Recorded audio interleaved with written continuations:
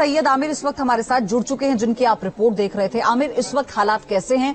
गुरुग्राम में अनएक्सपेक्टेड था कल रात जो कुछ भी हुआ, अभी किस तरह से पूरे हालात पर नियंत्रण पाने की कोशिश हो रही है?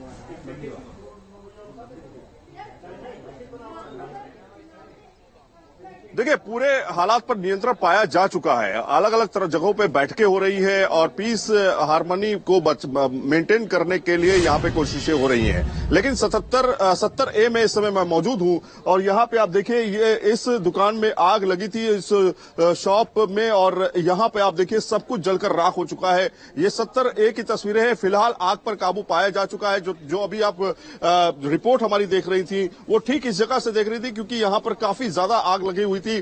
फायर टेंडर की गाड़ियां जो हैं वो अभी भी यहां पर पहुंची हुई हैं। आप तस्वीरों में देख सकते हैं। क्या आग पर काबू पा लिया गया है पूरी तरीके से? किया गया जी। अच्छा, कहां पर आग लगी है, कोई सूचना मिल पा रही है? अब तो कहीं भी कोई सूचना नहीं है। शाम को सब कुछ क्लियर हो चुका है? क्लियर हो चुकी है। तो सब कुछ क्लियर किया जा चुका है। ये एक अच्छी बात है कि गुरुग्राम में कल जिस तरह की फुटेज आई थी सामने, कल जिस तरह से खबरें आई थी कि तमाम दुकानों को तोड़फोड़ की गई, तमाम दुकानों को निशाना बनाया गया, कुछ को आग के हवाले किया गया, कहीं पर शीशे तोड़ दिए गए, कहीं पर लूटमाट हुई है, तो इस तरह की चीजें हुई है। लेकिन अभी स्थिति जो है सामान्य कर दी गई है। पुलिस फोर्स चप्पे चप्पे पर पुलिस फोर्स जो है तैनात की गई है। आरएफ की टुकड़ियां जो है उनको डिप्लॉयमेंट किया गया उनका। तो लगातार जो है पुलिस नजर बनाए हुए है पूरे हरियाणा में।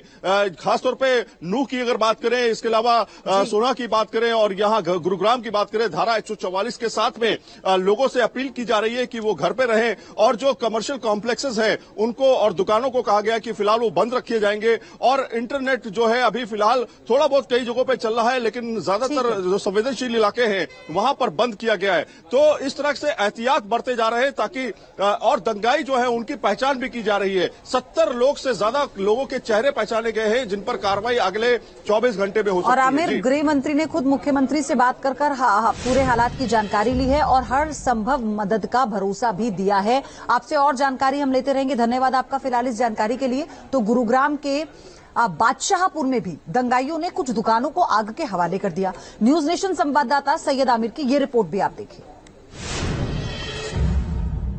हरियाणा के गुरुग्राम में भी हिंसक घटनाएं हुई और तमाम जगहों पर दुकानों को निशाना बनाया गया। इस समय हम हरियाणा गुरुग्राम के सेक्टर 66 में खड़े हैं और पीछे आप तस्वीरों में देखिए, कल दोपहर में तमाम दुकानों को निशाना बनाया गया। जिस तरह से नूह में और उसके बाद सोना में हिंसक घटनाएं हुई, दंगाइयों ने तमाम दुकानों को निशाना बना करके उनको आग के हवाले कर दिया। यहाँ पे आप एक दुकान देख रहे हैं। ये दुकान थी दरअसल कबाड़े की एक दुकान थी, जहां पर भीड़ आती है और उसको आग के हवाले कर देती है। बताया जाता है कि पेट्रोल बम का जो है इस्तेमाल किया गया था। पेट्रोल बम से जो है आग पर दुकान पर हमला किया गया और जो है आग लगा दी गई। आप ये देखिए, तस्वीरों में आपको दिखाई दे रहा होगा कि अभी भी धुआं लगा हुआ है, जल रहा है। और बाकायदा ये कबाड़ की दुकान, एक होटल था, उसको सेक्टर 66 में जो है यहाँ निशाना बनाया गया। तो कहीं ना कहीं हिंसक घटनाएं जो हैं पहले नूह से शुरुआत हुई, नूह के बाद सोना में तमाम जगहों को टारगेट किया गया और फिर हिंसक घटनाएं बादशाहपुर में और फिर गुरुग्राम के सेक्टर 66 और सेक्टर 70 में जो है पहुंच गई। तो कुल मिलाकर के लोगों का नुकसान काफी हुआ है। अब तक 5 लोगों की इसमें मौत हुई है।